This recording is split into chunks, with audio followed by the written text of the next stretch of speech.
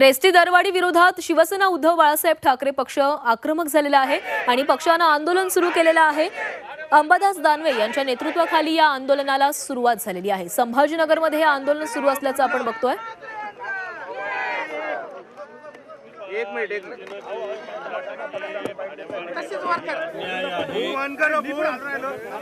2 महिन्यापूर्वी एसटीच्या अध्यक्षांनी एसटी खूप प्रॉफिट मध्ये असं वक्तव्य केलं होतं। त्याची आकडेवारी मांडली होती आणि आज एसटीची भाडेवाढ 15% जाहीर झालेली आहे। दुर्दैव राज्याच्या परिवहन मंत्र्याला याची माहिती नाहीये की त्याच्या ज्या खात्याचे ते मंत्री आहेत त्यांनी फक्त चमकोशगिरी मंत्री झाल्यावर केली। कुठे बस स्टँडला गेले, कुठे एसटीत प्रवास केला, परंतु एसटी प्रवाशांच्या व्यथा त्यांना काय माहिती। आणि म्हणून हे अन्याय आहे, कारण एसटी ही ग्रामीण भागात नवे शहरी भागात सुद्धा सर्वसामान्य माणसाचं प्रवासाचं एक मुख्य साधन आहे।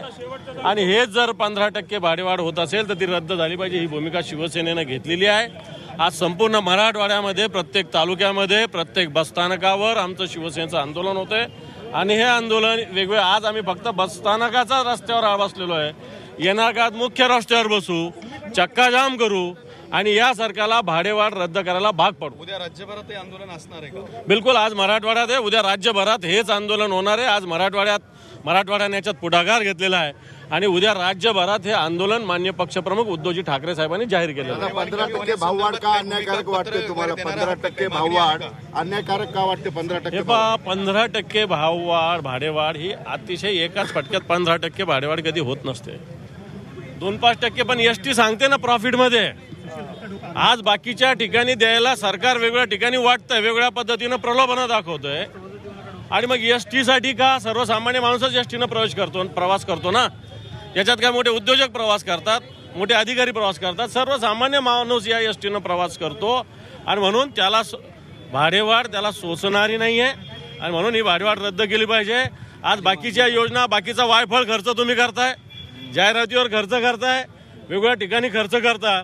मला असं वाटतं एसटीची भाडेवाढ रद्द करणं हे योग्य होईल, नाही तर ही सर्वसामान्य प्रवाशावर अन्याय। हेच मी माननीय परिवहन मंत्र्यांचं वक्तव्य ऐकलं की त्यांनी सांगितलं की मलाच माहिती नाही भाडेवाढ कोणी केली। मग ताळमेळ सरकारमध्येच नाही आहे।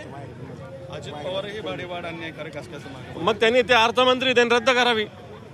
पण आता बऱ्याच मोठ्या संख्येने तुमच्याकडे इथं लोक जमलेले जे आंदोलनात सहभागी आहेत। मराठवाड्यामध्ये सुद्धा सगळीकडे आहे, पूर्ण मराठवाड्यात आंदोलन होतंय, जालन्यात होतंय, नांदेडला होतंय, लातूरला होतंय, बीडला होतंय, सगळ्या ठिकाणी होतंय। सध्याची परिस्थिती पाहता या आंदोलनानं सरकारवर काही फरक पडेल असं वाटतं का? हे पहा, जनतेच्या भावना व्यक्त करणं विरोधी पक्ष म्हणून आमची भूमिका आहे, आम्ही ती व्यक्त करतोय।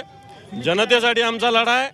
सरकारचा जर कान बंद असेल, सरकारचे डोळे बंद असेल आणि सरकारचा थोबाड बंद असेल तर त्याला आम्ही काय करू शकतो? कसं चालवणार? आज हे एसटीच्या बसस्थानकाचा रस्ता आम्ही अडवलेला आहे, उद्या हा रस्ता समोर अडवू आम्ही आणि चक्का जाम करू।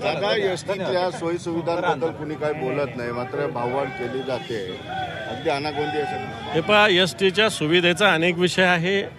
बसचे सीट तुटलेले आहे, काचा नाही बसला, थंडी पावसामध्ये या बस फिरतात, त्याला काचा नाही आहे, काही ठिकठिकाणी ड्रायव्हर्स नीट नाही आहे, काही ठिकाणी कंडक्टर्स नीट नाही आहे आणि म्हणून या एसटीच्या सुविधेचा अभाव निश्चित आहे। एक प्रश्न की मंत्र्यांनी हा निर्णय घेतलाय किंवा सरकारच्या मंत्र्यांचा हा निर्णय असं तुम्ही म्हणताय, पण ते असं म्हणतायत की आम्ही घेतलाच नाही, तो सचिवांनी घेतलेला आहे। मग बरोबर, मग सचिव सरकार चालवतात ना, हे काय करतात, हे कशासाठी बसलेले तिथं?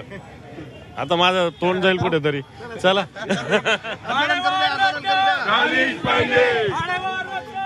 तर एसटीच्या दरवाढीवरून भाडेवाढीवरून आता शिवसेना उद्धव बाळासाहेब ठाकरे पक्ष हा आक्रमक झालेला आहे।